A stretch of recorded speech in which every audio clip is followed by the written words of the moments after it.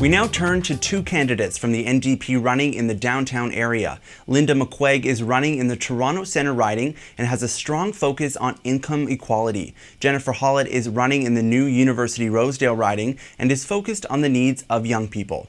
Both women are advocates for affordable housing in Toronto, and the two ran against each other for candidacy in the Toronto Centre riding in 2013, where McQuaig was ultimately successful. Let's take a closer look at each candidate. We want to preserve Toronto as a city of diversity, as a city that includes people of all different races, religions, and income levels. Linda McQuaig has been with the NDP since being nominated in Toronto Centre in 2013. She is a journalist, social critic, and best-selling author. She's written for the Globe and Mail, CBC, The National Post, and Maclean's. McQuaig has had an extensive career as a journalist working overseas in Tehran, where she covered the Iranian Revolution in 1979.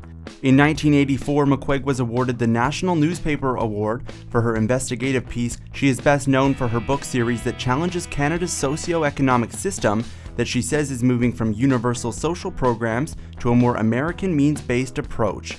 The National Post described her as Canada's Michael Moore. As an NDP candidate, McQuaig is interested in dealing with income inequality and affordable housing. McQuaig is invested in her issues her community faces. She has lived in Toronto her whole life and has been living in the Toronto Centre area with her daughter for the past 13 years. One of the many issues she focuses on is affordable housing. 65% of all Toronto residents are renters, and there is an increasing demand for subsidized housing. To fix this, the NDP will be investing $2 billion into social housing in the next 5 years. As for the environment, McQuaig says oil may need to stay in the ground in order for Canada to make any significant efforts against climate change. Yes, but I'd like to ask you a question. Are you suggesting that oil should stay in the ground in order to reach our climate change goals? Some of it may have to. We'll know that better once we properly put in place a climate change accountability system of some kind. And we'll know that better once we have a proper review process for our environmental projects like pipelines.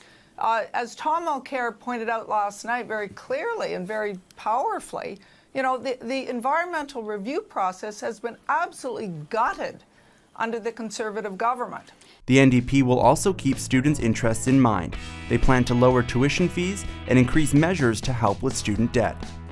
McQuaig said the NDP would aim to strengthen the programs that would help students cope with debt and lower the tuition that students face.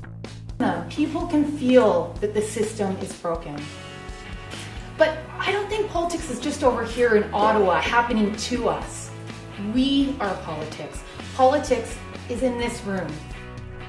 Jennifer Hollett is focused on the issues facing young people. Hollett is an award-winning broadcast journalist and former Much Music VJ. She studied journalism and communications at Concordia University.